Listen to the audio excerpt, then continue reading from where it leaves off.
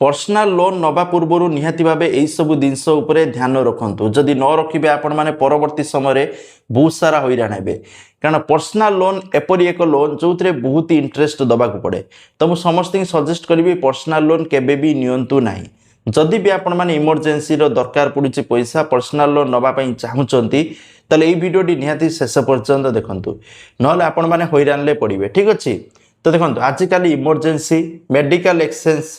Expense बाघर education बहुत सारा लोक पर्सनल लोन नौ विभिन्न जगह लोन न मिलूँ कि अर्जेंट पैसा दरकार तो पर्सनल लोन नापी बाध्य होती किंतु भूल निष्पत्ति पर ईएमआई प्रेशर फाइनेंशियल प्रॉब्लम हो पारे कारण पर्सनल लोन इंटरेस्ट बहुत हाई थाए जोटा आपन को जदि 2 लाख आनते 5-6 लाख सुझे तेना बहुत हैरान होगापी पड़ो ठीक है जदि ठीक समय न सुझी पारे आहरी प्रॉब्लम सुध मूल मिसिक एत आप हिसाब पाइबे तेणु पर्सनल लोन नवा पूर्व 1000 थर आपण मैंने भावतु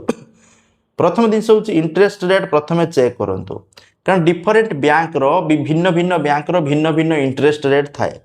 केतक आप्लिकेसन 20-30% पर्यंत इंटरेस्ट नौकरी से 2 ରୁ 3टी बैंक आपण मैंने कंपेयर करूँ कौ बैंक रे केते परसेंट रे लोन दूची जोटी कम परसेंट रे लोन दूची से पर्सनल लोन नियंतु ठीक अच्छे। ईएमआई आपण सालारी अनुसार रखु जदि आपण मैंने अधिका लोन नहीं जाउछंती आपण मैंने धरो दरमा आपणकर कम बा रोजगार कम ईएमआई आपण मैंने दे पारिबेनी ताहले कोन हबो ना आपण मैंने बहुत हैरान पड़े मंथली बजेट आपंकर खराब हो तो आपण मैंने भाभी पारे कौन करेंगे कौट एडजस्ट करेंगे ठीक अच्छे। तेणु आपण मैंने जी आपण दरमार 30 ରୁ 40% भितर जपरिक ईएमआई पड़ो से हिसाब से आपण मैंने कैलकुलेट करके लोन नियंतु। प्रोसेसिंग फी आ हिडन चार्जेस बहुत लोक इंटरेस्ट देखती किंतु लोन नवा पूर्व प्रोसेसिंग फी थाए जीएसटी थाए लेट पेमेंट चार्जेस थाए आउ प्री पेमेंट पेनाल्टी था यह सब जिन चेक करूँ केते कौन कटे।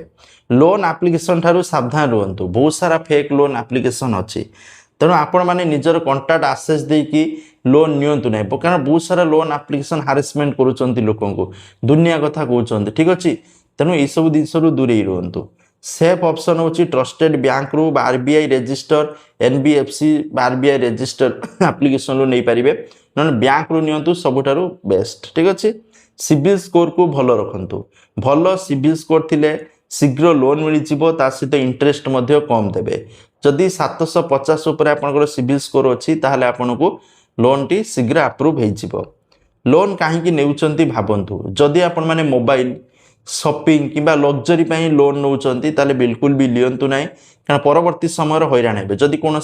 आपण मैंने इमरजेंसी फंड जोड़ी ना नथिबा असुविधा दरकार नहले हेनी ताल आपण मैंने नहीं पारे जपरिक इमरजेंसी कौन मेडिकल किसी ट्रिटमेंट नौकरी एजुकेशन नौकरी ताले नहीं पारे ठीक अच्छे। ता सहित समय ईएमआई जपरी दे पारे से नौ जदि समय ईएमआई न देबे ताले पेनाल्टी लगे सिविल स्कोर मध्य खराब हो फ्यूचर लोन प्रॉब्लम हम आगु जदि पुणी लोन अप्लाई करेंगे लोन मिलबनी तेणु यह सब जिन ध्यान रखिए। पर्सनल लोन नेबा पूर्व निजक पचारतु ईएमआई मु रेगुलर दे पारिबी तो जदि पर्सनल लोन रो इंटरेस्ट अधिका थाए जदि आपण माने ईएमआई दे पारिबे रोजगार आपण से हिसाब से अच्छी